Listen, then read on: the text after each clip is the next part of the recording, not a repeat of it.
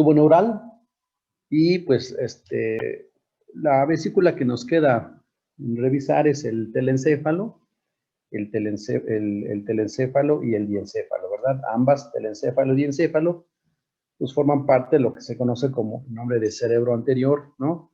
O también prosencéfalo, ¿ok? Pues vamos a revisar aquí brevemente cuáles son los derivados de este cerebro anterior.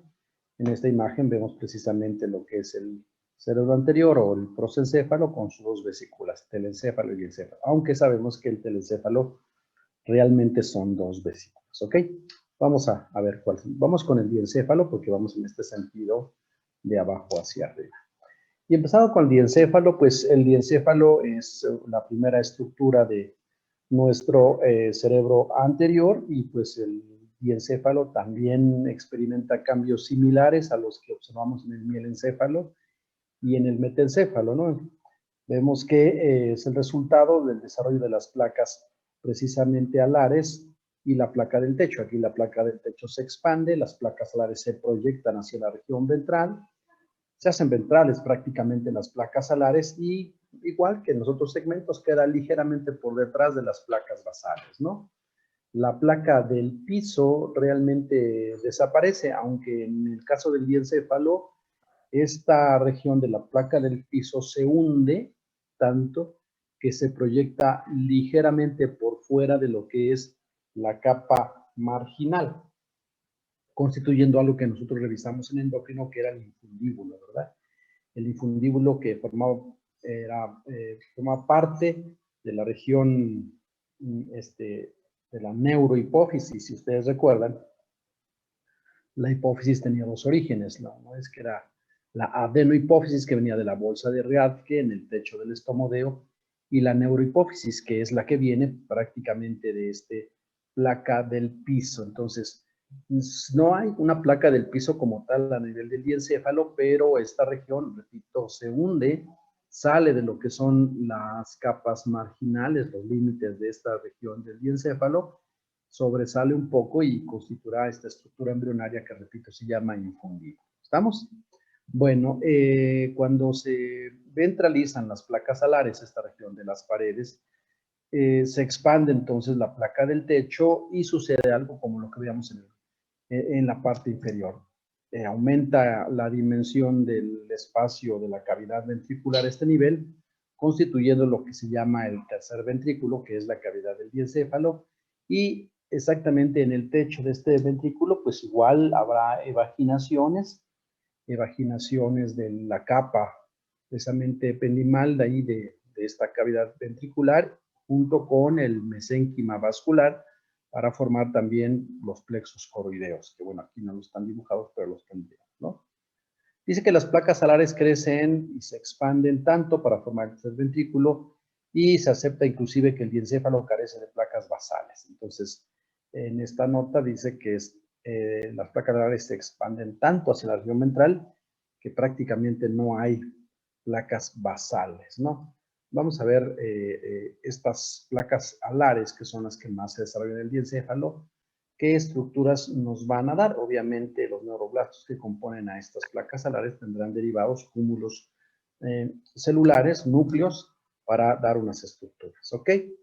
En esta imagen solamente es para recordar un poquito lo que sucede con el tercer ventrículo.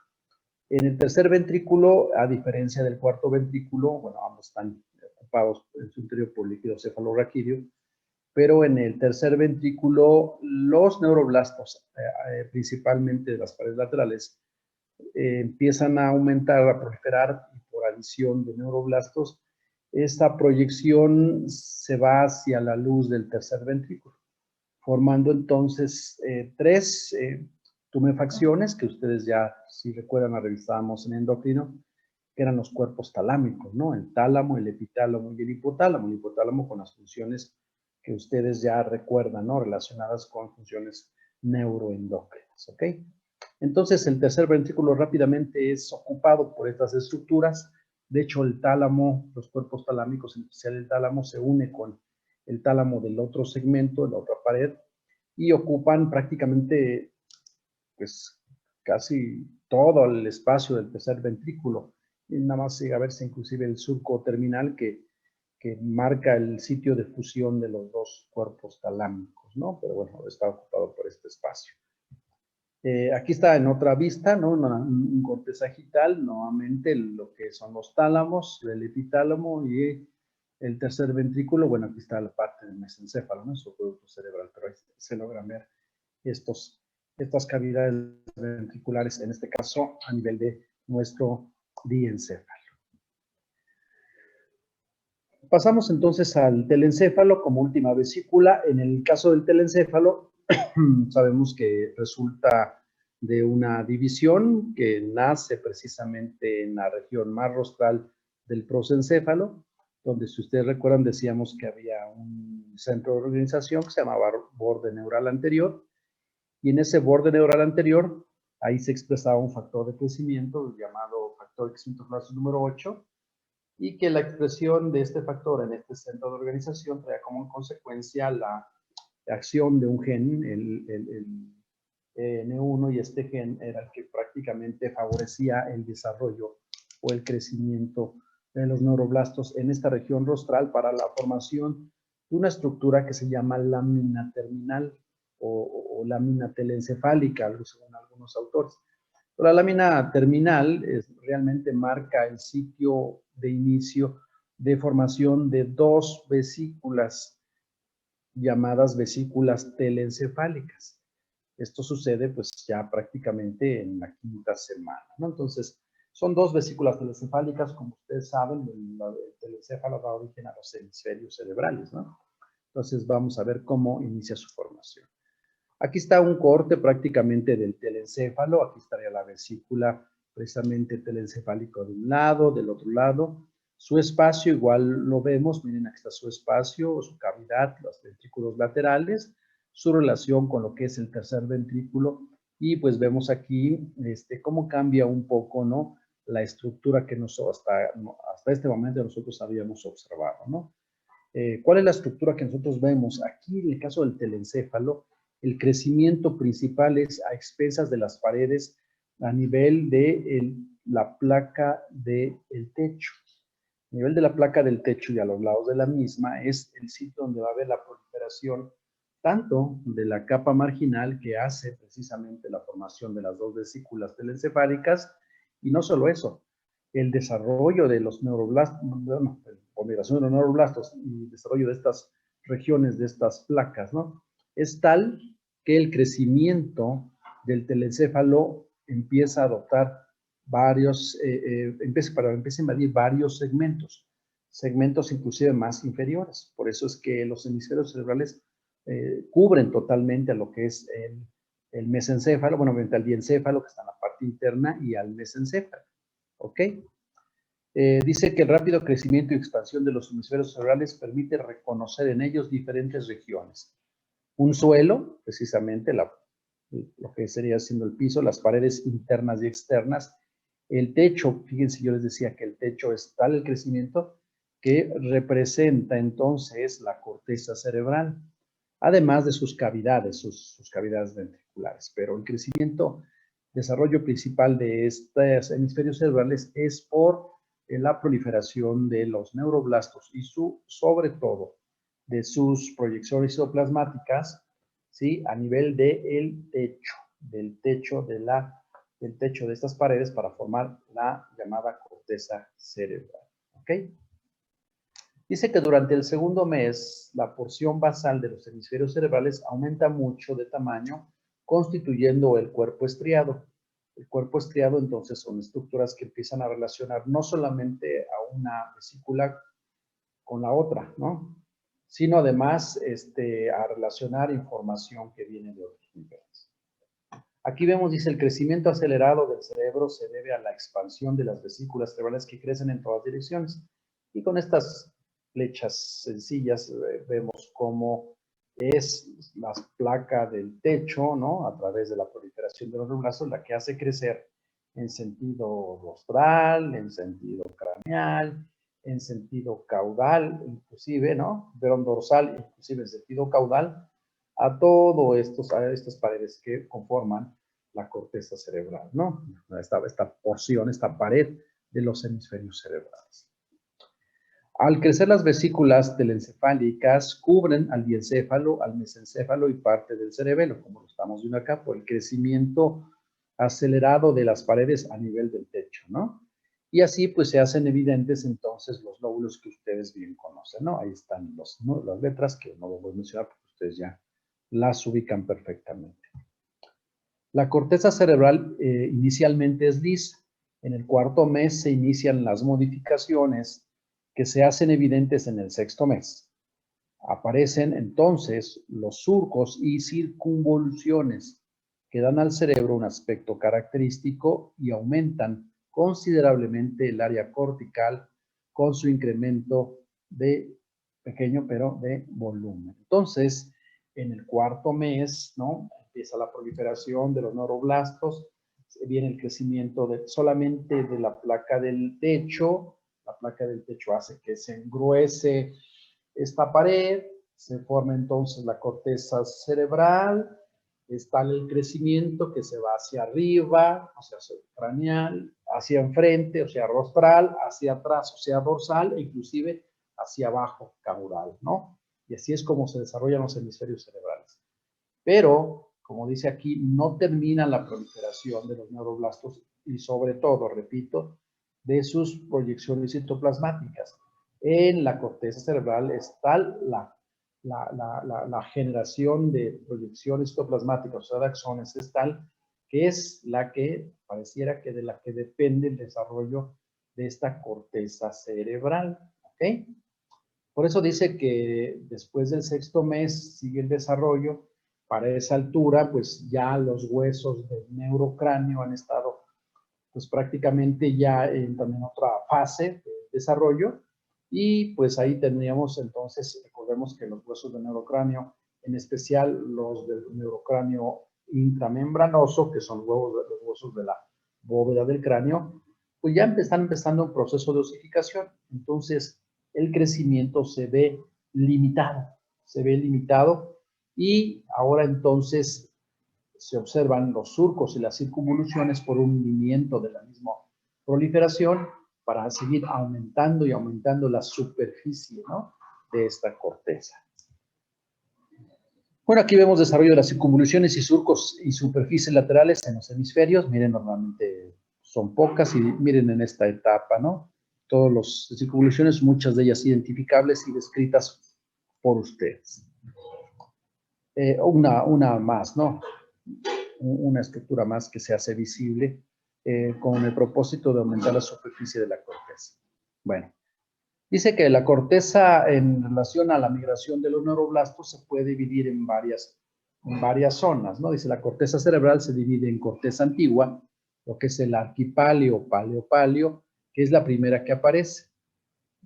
Posteriormente, por la proliferación o adición de neuroblastos y sus extensiones citoplasmáticas, se forma la llamada corteza nueva o neopalio con una posición un poco más posterior. La histogénesis de la corteza es un fenómeno complejo que modifica la disposición de las zonas que nosotros venimos conociendo, donde se ubica la ventricular, donde se ubica la intermedia y la marginal. Recordemos, estas capas o estas zonas a nivel de la médula, veíamos que la ventricular estaba cerca del conducto, muy central, después la intermedia o del manto, o la sustancia gris, y la marginal, donde estaban los axones. Después vimos en la parte del tallo cerebral, donde la ventricular se conservaba, y la intermedia y la marginal, ¿no?, se modificaban. La marginal era importante y la intermedia no era visible, porque la sustancia gris la podemos hacer evidente formando cúmulos o grupos llamados núcleos. Ahora, a nivel del cerebelo era totalmente diferente, ¿verdad? Los neuroblastos de la zona ventricular migraban hasta la zona más distal de la capa marginal, se salían inclusive de ella y formaban una capa externa y luego se invaginaban para formar cercano a esta capa marginal una capa interna, ¿no?, de la granulosa, ¿ok? Bueno, ¿qué pasa entonces con los neuroblastos en la organización o la estructura que adoptan a nivel de la corteza cerebral?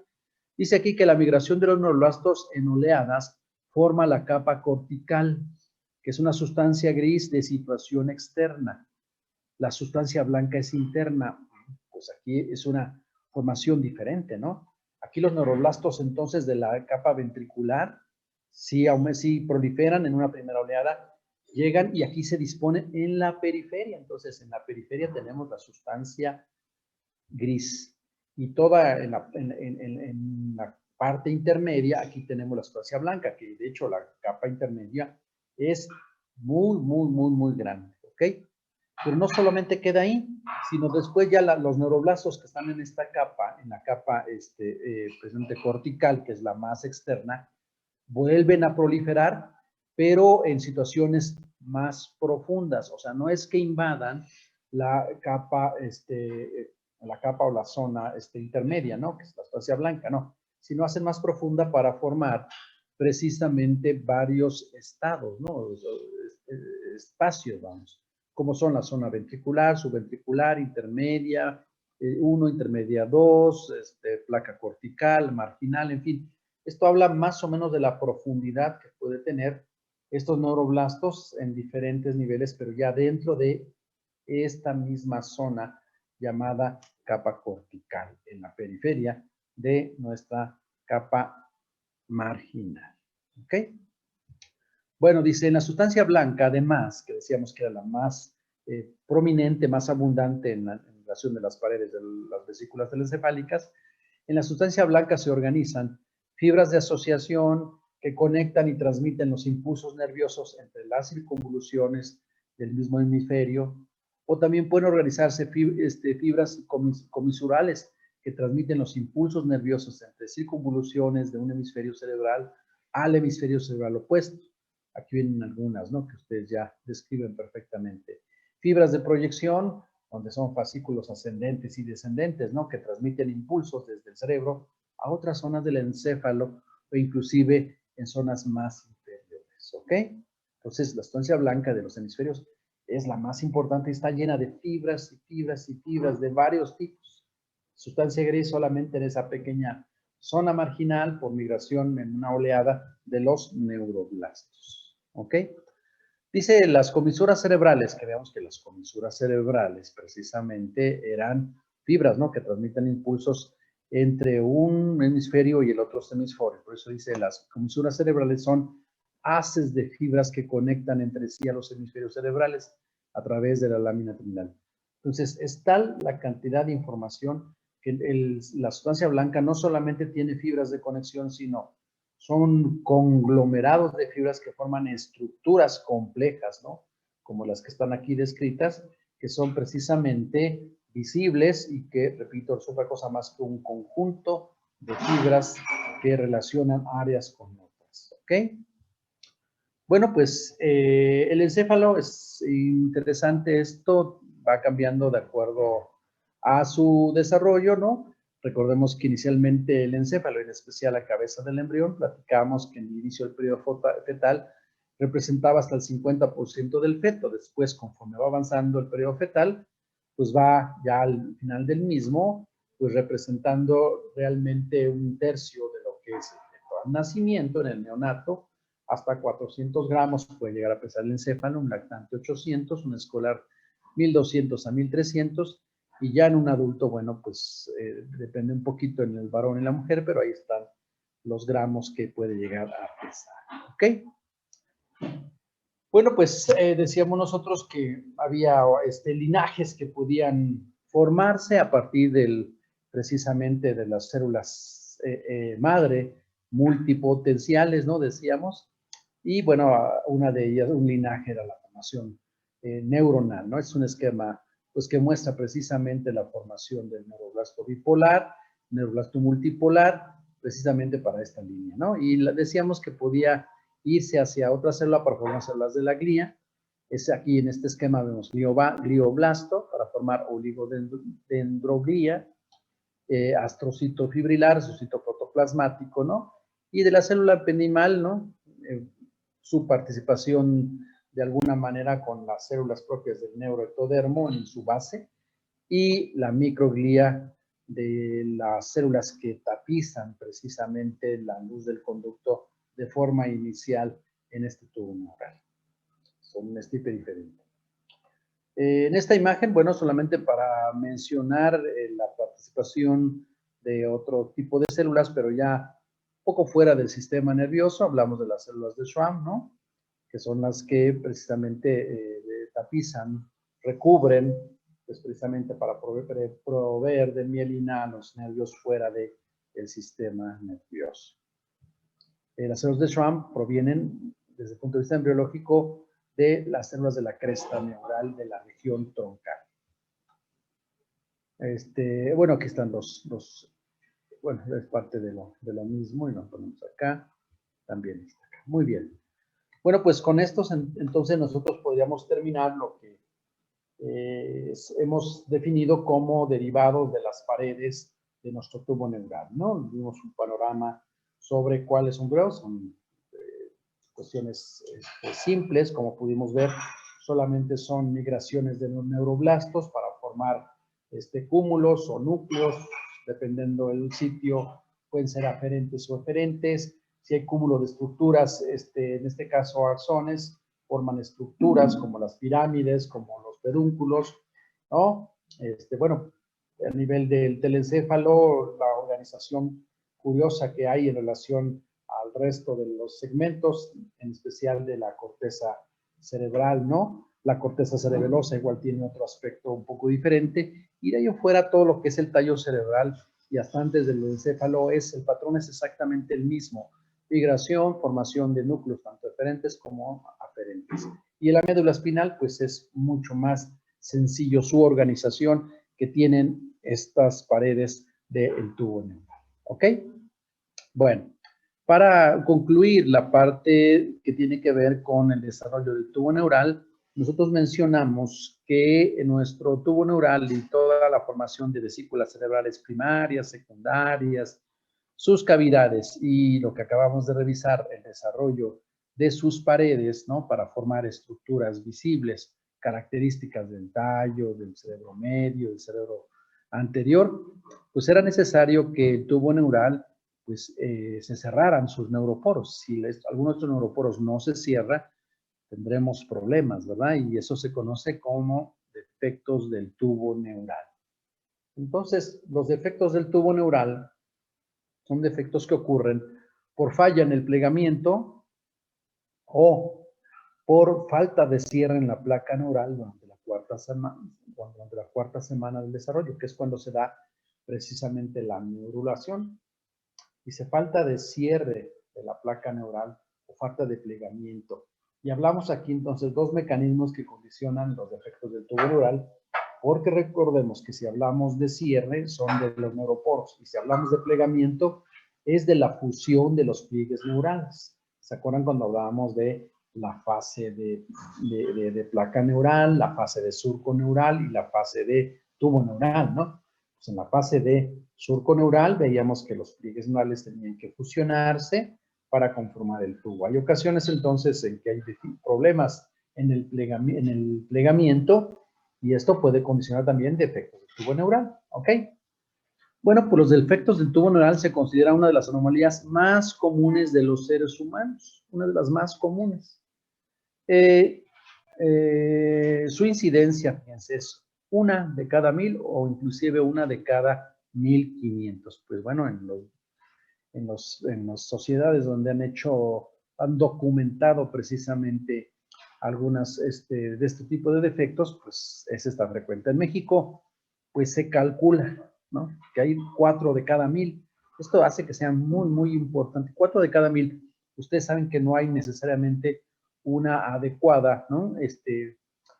Conteo precisamente de los defectos, estadísticas sobre estos. Sin embargo, aunque pareciera que no hay, voy a quitar hace 10 años, una sociedad médica del Hospital General de México hizo una revisión sobre algunos pacientes. En esa revisión, se las voy a poner ahorita.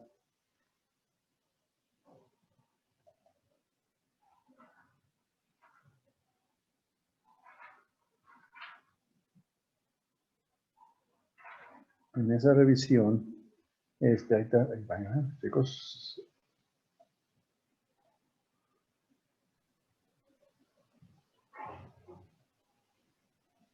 Voy a compartir.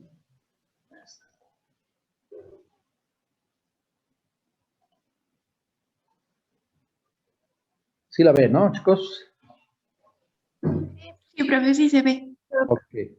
Bueno, pues este es un trabajo que hicieron en el Hospital General de México, que como ustedes saben, tiene una característica diferente a otros centros médicos, ¿no? En otros centros médicos, aún de este nivel, pues manejan poblaciones regionales, ¿no? Podemos hablar de muchos, pero el Hospital General de México tiene esa característica de manejar población prácticamente de todas las regiones del país.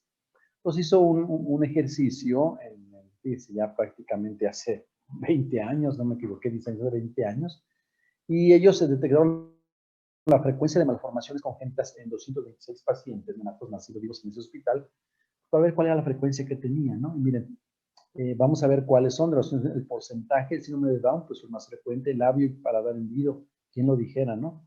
Por arriba inclusive de las cardiopatías congénitas, gastrosquisis, hidrocefalia, aquí aparece en quinto lugar, representando el 7.5%, atresia esofágica, niño perforado, mielomeningocele,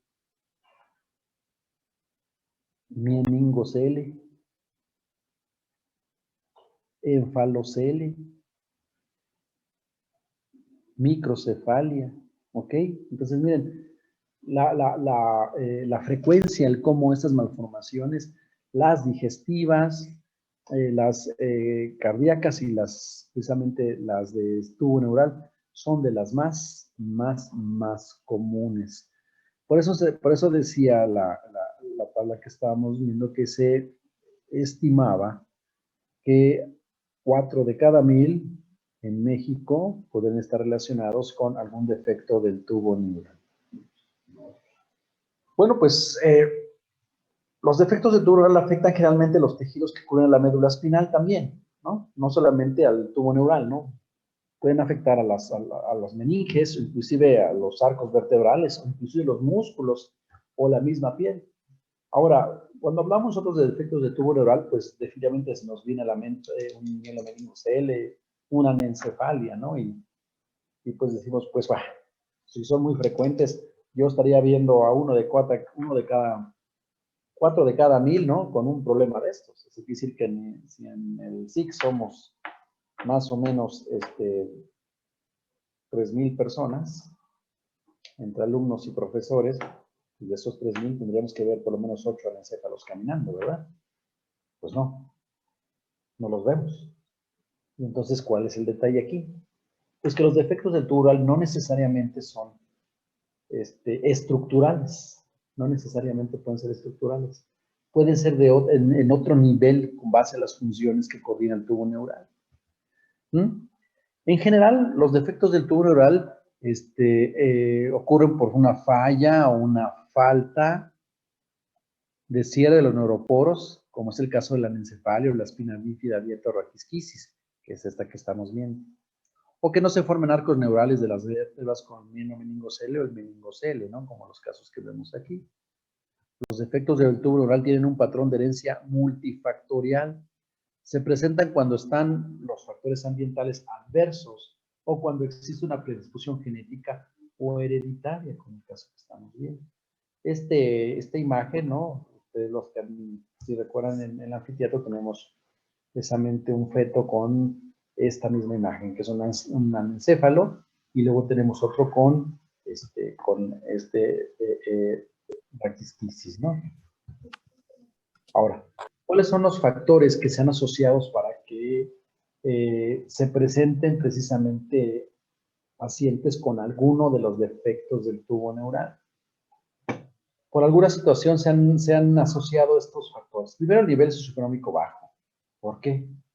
Pues esto se considera que no tienen las condiciones higiénico-dietéticas adecuadas. Entonces, las condiciones higiénico-dietéticas adecuadas puede condicionar de alguna manera a la presencia de algún defecto del tubo neural. Otro factor asociado a defectos del tubo neural es la diabetes materna. Y qué bueno que en este país no existe diabetes, quiere decir que este factor debo borrarlo en la próxima presentación.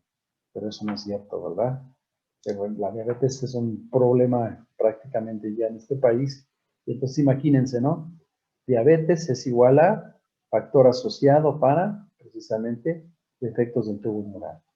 La hipertermia, algunos autores dicen que la hipertermia, ya sea por infecciones o inclusive por asistir a saunas, baños de aguas termales en forma constante, sobre todo en el primer mes de gestación, puede, dice este autor, ¿no?, asociarse a la presencia de algún defecto del tubo neural. También el uso de medicamentos como la vitamina A, ¿no? Decíamos que la vitamina A pareciera que era, de todos los fármacos, la vitamina A y todas las vitaminas pareciera que no tienen efectos, pero sí se han asociado excesos de vitamina A, ¿no?, principalmente con algún problema, ¿no?, para la presencia de defectos del tubo neural. Pues no se diga otros fármacos, ¿no?, como los que están aquí mencionados, ¿no?, que son precisamente,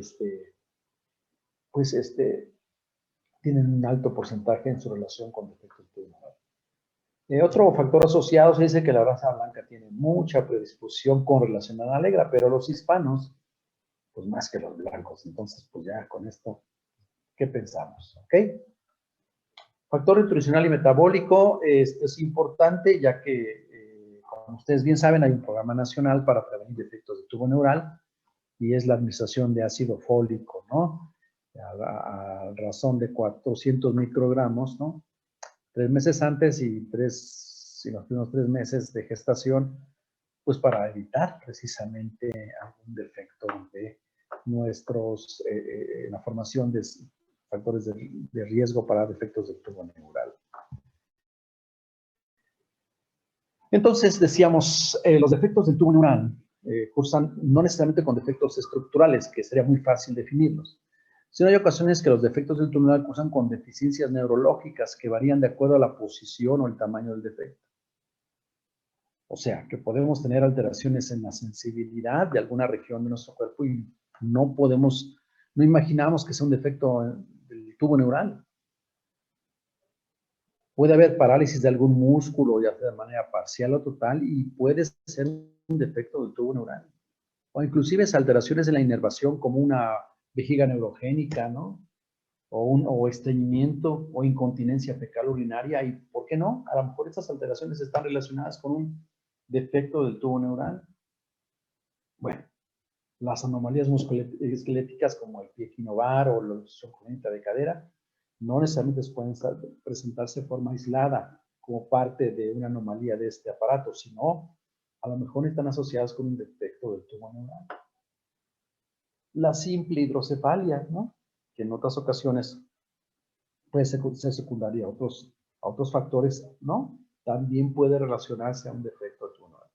Entonces, como vemos, no necesariamente es estructural, que no tenga encéfalo, que no se haya cerrado precisamente los pliegues neurales, el tubo neural, o que no se haya cerrado el neuroporo rostral, ¿no? O sea, defectos estructurales que identificamos fácilmente, sino pueden ser en otros niveles o en otros órganos, otros aparatos, otros sistemas, y pueden tener su base en falta de cierre del tubo neural.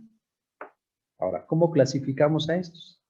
Bueno, antes de cómo clasificarlos, la mayoría de los defectos pues, tenemos que hacer un ultrasonido, pues para evaluar la integridad ósea y cutánea, cuantificación sérica picamniótica de la alfa-fetoproteína, ¿no?, que se encuentra elevada, pues quiere decir que hay algún defecto, ¿no?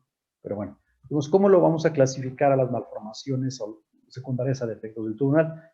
Pues las vamos a clasificar de acuerdo a la inducción, ya sea dorsal o ventral, que tiene el cierre de los neuroporos, del tubo neural.